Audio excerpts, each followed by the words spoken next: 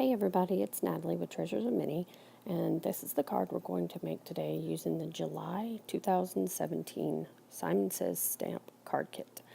Only it is going to be a little different from, I think, the rest of the cards that you're going to see for this kit, and that's because I put a little 4th of July twist on it.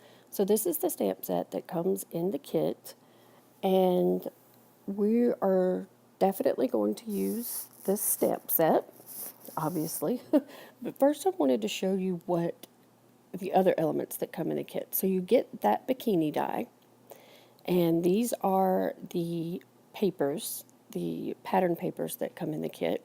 But you can see they have a very pastel look to them. This particular piece we are going to use on our card because it is a light blue and I can make that work. This is a few of others of the pattern papers that come in the kit, but again, I want to make our card a 4th of July card, but I still want to use the kit. So this is the card that we're going to make, and I am going to use these clips that I got from the little dollar spot at Target, and that's kind of where the inspiration from this came from. I'm going to use the sentiment, the bikini die, these two pieces of paper that did come from the kit, and the clouds from the stamp set that's in the kit as well. Now with some distressed white picket fence ink, I am going to use my Mini Misty to stamp the clouds twice because the first time it just didn't seem dark enough, so I wanted to stamp twice, which is why I'm using the Mini Misty. It lets me line it up perfect each time. I'm going to use both cloud stamps, and I'm going to stamp 4 clouds randomly across the top part of my panel to make it kind of look like a sky.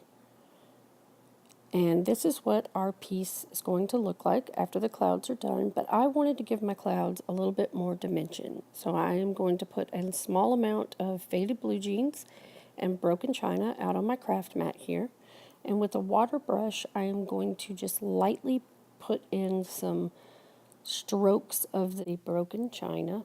Now, if you'll notice, when I first put it on, it's really bright and then it dries and disappears. For me, I can see it. You guys, the camera wouldn't pick it up that well, but it does give a very faint dimension. Now you can see I'm picking more up from another spot, and that's because I ended up getting too much water in the other one, so I just added a little bit more, and I'm using less water this time. Remember, the more water you use, the lighter this ink is going to be. So I'm just going to continue just to go over it and put in some dimension, which is so pretty in person. And on the bottom of the clouds, because clouds are usually darker on the bottom, I am going to take some of the faded blue jeans. I'm just going to kind of stroke it in lightly on the bottoms of the clouds. Again, this is a very faint, it's not extremely noticeable, but it does give the clouds a lot of dimension, and I think it just makes them more realistic looking. I forgot to mention, I gave you the names of the inks, but these are Distress Oxide inks. So here's the clouds, and I think you can tell there's a little bit of dimension on them. But I wanted to add one more thing. So with some Martha Stewart silver pigment ink, I put a little bit down on my craft mat, and with my water brush, I'm just making like silver highlights on the clouds. I think this adds it's like the cherry on the top. And you can see here how pretty they are. So now I want to make the little hill that is going to kind of look like the ground. And these two pieces of paper did come from the kit. And I do not have a hillside die, so I just lightly drew out the shape of the hill that I wanted. I'm erasing my pencil mark, and then I'm going to put it on the blue piece, but I'm going to raise it up a little bit higher so that I can trace the exact shape and then fussy cut it out. And because it's not perfect, I like to take this little Tim Holtz distressor, like it roughens the edge up. And I'm going to go over both pieces with this, and it makes it look like it's not supposed to be so perfect and more like a die was used. I don't really know if I explained that correctly, but it doesn't look like it's hand cut when you're done. So I'm just going to do that on both pieces, and then I am going to take some regular distress ink, and I'm going to go around the all four edges of both pieces. I think this is tumbled glass, and with my blending tool here, I'm just gonna, like I said, go around all the edges. And once I have done that to both pieces, I am going to use some Tombow Mono liquid glue, and I'm going to glue these two together. And you'll notice lengthwise, each piece is a 1/4 inch shorter than the other one. And that includes the navy blue panel as well. So I'm going to take some more Tombow, and I'm going to glue our little hillside on the bottom. And then for our next piece, we're going to make the bikini. So here are the two bikini dies. But what I did is I picked out 3 different pieces of, or different kinds of washi tape that I have. And I took that washi tape, I did some red polka dots, some blue stripes, and that silver one. I layered it on some scrap cardstock, and then I took it to my Big Shot die cutting machine and I cut them out. And now I have some really cool different bikinis. So we're going to set those bikinis aside and we're going to stamp our sentiment. And this is going to be my photo oxide technique, but I want to make my words in like an ombre look. So I'm using the fired brick and then faded blue jeans and then broken china. And I'm going to stamp this on some glossy photo paper. This happens to be by Epson, I think.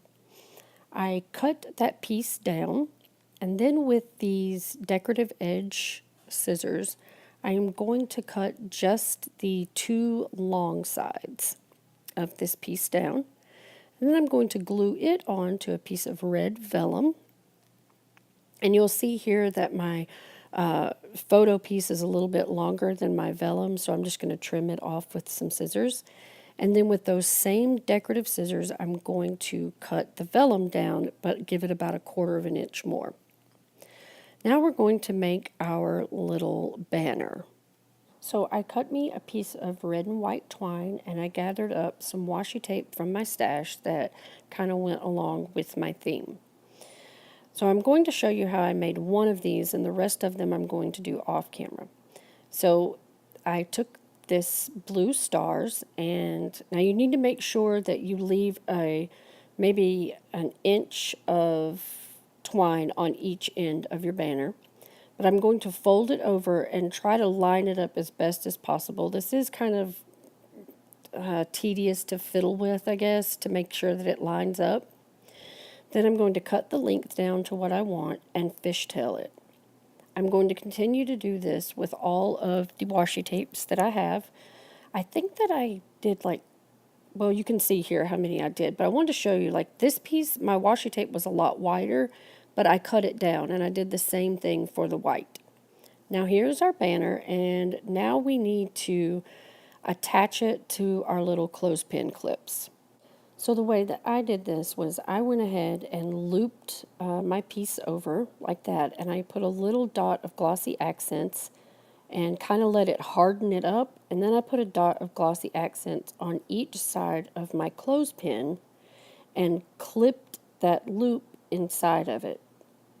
I think it would have been a lot easier to use glue dots, but I didn't think of that at the time. So now I want to attach our base to I want to attach our panel to our card base. And then we can start adding all of our pieces together. So first I'm going to take some glossy accents, and I'm going to glue down our little banner. And then once I have both sides of the banner glued down, I am going to start adding the rest of our stuff. So I've got my little sentiment here, and because the clothespins already give this enough dimension, everything else I'm just going to glue straight down with some Tombow. And I'm going to do the same thing for the bathing suit. And my 19-year-old informed me that it is very popular to wear bottoms and tops that do not match. And we live in Hawaii, and I looked it up, and she happens to be correct. So I'm going to do the red polka dot top with the blue striped bottoms. Got to make this hip here now. And I'm going to glue those down with some Tombow as well. I can remember in my day we wouldn't have done this. Everything matched when I was a youngin'. Now I wanted my banner pieces to stay put and to have some dimension. So I took some foam squares, and on the back of each one of the little banner, washi tape banners, I am going to pop it up on a foam square. And then I should have done this before I glued everything down, but I didn't think about it. So I'm going to take some Wink of Stella and just go over my clouds in the spots that it shows, and it gives it a nice little sparkle. And lastly, we're going to do our sequins. And these sequins did come in the card kit this month. So I'm just going to take a little dot of, normally I use multi-matte medium, but I had Tombow on hand, so that's what I'm using. I just put down a little dot, and then I pick my sequin up and I stick it very carefully on the little glue dot, or the little dot of Tombow. And I'm just going to spread them out in a couple of different areas over my card. Now in the pictures of the card at the end of this video, you will see that it also has blue dots. And I used some Nouveau Dew crystal drops, I think they are, in a blue color that actually came in a card kit from a few months ago. So that's the only thing different. I hope you enjoyed making this card with me today, and remember you can find me on Facebook at Treasures of Mini Craft Corner, as well as Pinterest. Please give me a thumbs up and hit subscribe, and make sure you click the little bell so you will be notified every time I upload a video. And leave me a comment. I love reading them and try to answer all of them. Until next time, hugs and loves from my craft room to yours. Bye.